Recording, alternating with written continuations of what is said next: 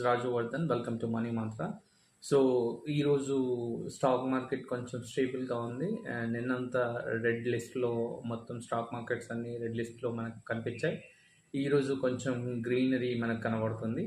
So Japanese stock market and Taiwan stock market ఇవన్నీ కూడా కొంచెం స్టేబుల్గా కమ్బ్యాక్ అయినాయి.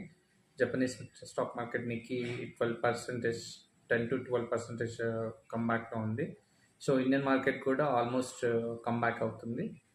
ఓన్లీ ఇంపాక్ట్ ఏంటంటే ఇజ్రాయిల్ అండ్ ఇరాన్ మధ్యలో జరుగుతున్న వార్ సిచ్యువేషన్ అండ్ యుఎస్లో అంతా ఫాల్ డౌన్ అవుతుంది and recession side US market వెళ్తుంది కాబట్టి సో అక్కడ ఇంపాక్ట్ మన మీద కూడా ఉంటుందని ఒక హెజిటేషన్ ఉంది. కానీ అదేం కాదు, ఎవ్రీథింగ్ ఈజ్ స్టేబుల్.